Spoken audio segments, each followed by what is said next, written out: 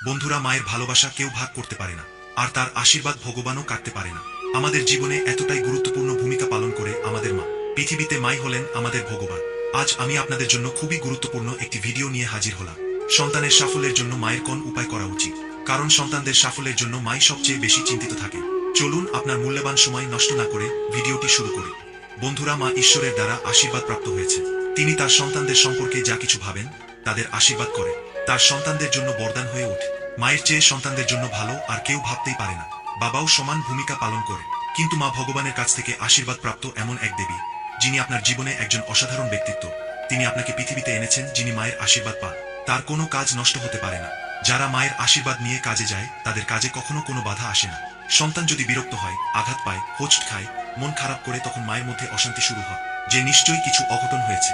যারা মায়ের কাছ থেকে দূরে থাকেন তারা ভালোভাবে বুঝতে পারবে কখনো না কখনো আপনার সাথে এমনটা হয়েছে।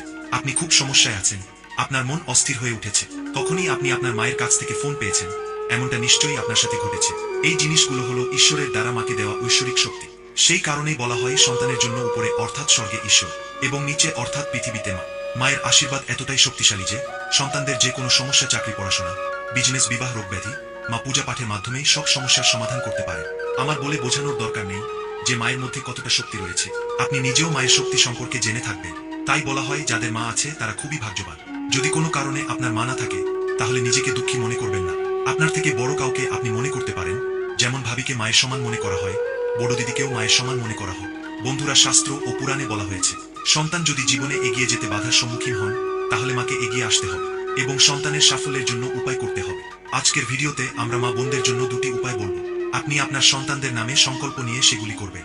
আপনি আপনার সন্তানদের যে কাজটি সম্পন্ন করার জন্য সংকল্প নেবেন সেই কাজটি অবশ্যই সম্পন্ন হবে। তো চলুন জেনে নেওয়া যাক সন্তানের সাফল্যের জন্য মাকে কি কি উপায় করতে হবে।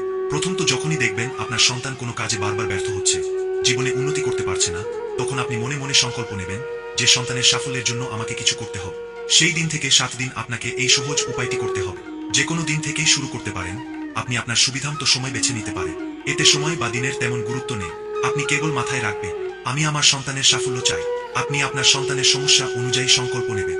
সন্তান যদি পড়ালেখায় ব্যর্থ হয়, সন্তান ভুল পথে যাচ্ছে, সন্তান আপনার উপদেশ মানছে না, সন্তান ব্যবসায় অগ্রগতি করতে পারছে না, সন্তান সব জায়গায় শুধু নিরাশ হচ্ছে, আপনার সন্তান পুত্র হোক বা কন্যা। অনেক সময় এমন হয় যে সন্তান কঠোর পরিশ্রম করেও সাফল্য পায় না, তারা ক্লান্ত হয়ে পড়ে, সন্তান দ্রুত ভেঙে পড়তে পারে। কিন্তু একজন মা তার সন্তান সফল না হওয়া পর্যন্ত ঈশ্বরের উপর ভরসা ছেড়ে যেতে পারে না।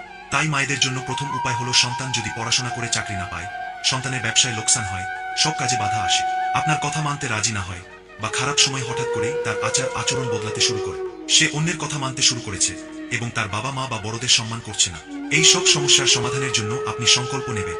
সন্তানের নামে সংকল্প নিতে হবে। আমি আগেই বলেছি, যেদিন আপনি সংকল্প নেবেন আপনাকে কি করতে হবে মনোযোগ দিয়ে শুনুন। যদিও এই উপায় করার জন্য সময়ের কোনো গুরুত্ব নেই, তবুও আপনি চেষ্টা করুন। সকালে বা সন্ধ্যায় যখনই আপনি ঘরের মন্দিরে যেতে পারেন বা যান, তখনই আপনি যে দেবী দেবতাকে বিশ্বাস করেন সেই দেবী দেবতার সামনে এক গ্লাস জল রাখুন। যেদিন আপনি সংকল্প নেবেন সেদিন আপনার ডান হাতে একটি সংকল্প সুতো বেঁধে নেবেন। গঙ্গাজল দিয়ে হাত শুদ্ধ করবেন, অর্থাৎ হাত ধুয়ে নেবেন। এরপর কিছুটা গঙ্গাজল ডান হাতে নেবেন, তাতে কয়েকটি চাল ও একটি লাল ফুল নিন। তারপরে আপনি আপনার মুষ্টিবদ্ধ করুন এবং আপনার সন্তানের নামে সংকল্প নিন এবং আপনার মনোকামনা কথায় ঈশ্বরকে বলুন। এরপর আপনাকে একটি মন্ত্র বলতে হবে। মন্ত্র মানে এখানে কোনো নির্দিষ্ট মন্ত্র নেই। আপনি যে দেবী দেবতাকে বিশ্বাস করেন সেই দেবী দেবতার মন্ত্র জপ করতে হবে। ধরুন আপনি যদি মা লক্ষ্মীকে বিশ্বাস করেন তাহলে মা লক্ষ্মীর মন্ত্র ও মহালক্ষ্মী নামক জপ করতে হবে।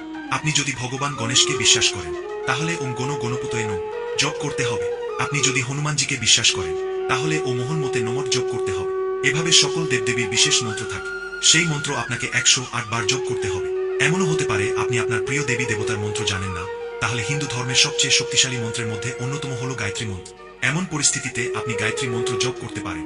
তো এভাবে আপনি 108 বার জপ করুন। 108 বার জপ করার ফলে ভগবানের সামনে রাখা জল অভিমন্ত্রিত হয়ে যাবে। এরপর আপনি ভগবানকে প্রসাদ নিবেদন করুন এবং আপনার সংকল্পের কথা ভগবানকে বলুন। এরপর সেই জল আপনি আপনার সন্তানকে পান করান। মাত্র 7 দিন এই কাজটি করলেই চোখে পড়বে চমৎকার পরিবর্তন।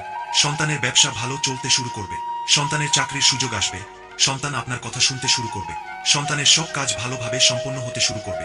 এতে কোনো তন্ত্র নেই, জাদুবিদ্যা নেই, এটা মা এবং সন্তানের ভালোবাসা। ঈশ্বরের কাছে প্রার্থনা করলেন এবং শিশুকে প্রসাদ দিলেন, তাতেই আপনার সন্তানের সব সমস্যার সমাধান হবে। এখন দ্বিতীয় উপায়টি জেনে নেওয়া যাক। দেখুন, অনেক সময় এমন হয় সন্তান ঋণে জড়িয়ে পড়ে এবং তাকে আর্থিক সমস্যায় পড়তে হয়, সন্তানের বিবাহে বাধা আসে বা তার বিবাহিত জীবনে সম্পর্কের মধ্যে ফাটল ধরে, এরকম পরিস্থিতিতে আপনাকে যা করতে হবে তা হল আপনাকে এমন একটি ফল নিতে হবে যেন 7 দিন পর্যন্ত খারাপ না হয়, কারণ এই উপায়টিও আপনাকে 7 দিন ধরে করতে হবে। এমন পরিস্থিতিতে আপনি নারকেল নিতে পারেন। এরপর প্রথম উপায় যেভাবে বলেছিলাম সেভাবেই আপনাকে ঘরের মন্দিরে যেতে হবে, গঙ্গা জল দিয়ে হাত শুদ্ধ করতে হবে। তবে এবার আপনাকে জলের পাত্র রাখতে হবে না। এরপর আপনাকে আপনার ডান হাতে নারকেল নিতে হবে এবং তার উপর বাম হাত রাখতে হবে। এরপর আপনাকে শান্ত মনে ওম ওম ওম এভাবে 108 বার বলতে হবে। আপনি মনে মনে 108 বার গুনতে পারবেন না, তাই আপনি 7 মিনিট ধরে এভাবে করুন এবং নারকেলটি ঠাকুরের সামনে রেখে দিন এবং প্রার্থনা করুন, হে ঈশ্বর, আপনি আমার সন্তানের জীবন থেকে সব সমস্যা অবিলম্বে দূর করুন। মায়ের দ্বারা করা প্রার্থনা কখনো খালি যায় না। এভাবে 7 দিন করুন এবং সপ্তম দিনে এই নারকেল প্রসাদ হিসেবে আপনার সন্তানকে খাইয়ে দিন।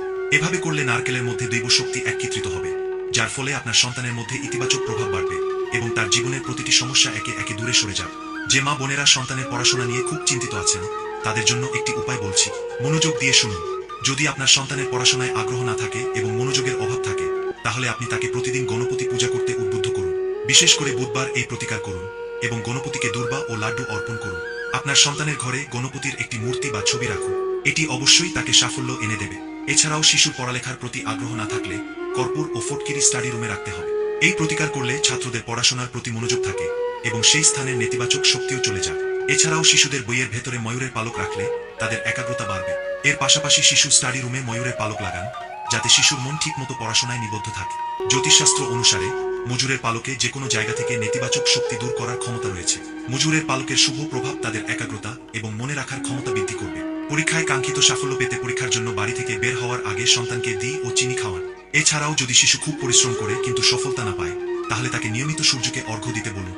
জলের পাত্রে লাল ফুল, আবির এবং অক্ষত রাখুন এবং সূর্যায় নমঃ জপ করতে বলুন। এই প্রতিকার করলে ভগবান সূর্যের কৃপায় তারা জীবনের প্রতিটি ক্ষেত্রে সাফল্য পায়। তো বন্ধুরা, সন্তানের সাফল্যের জন্য এই উপায়গুলির মধ্যে যে কোনো একটি উপায় অবশ্যই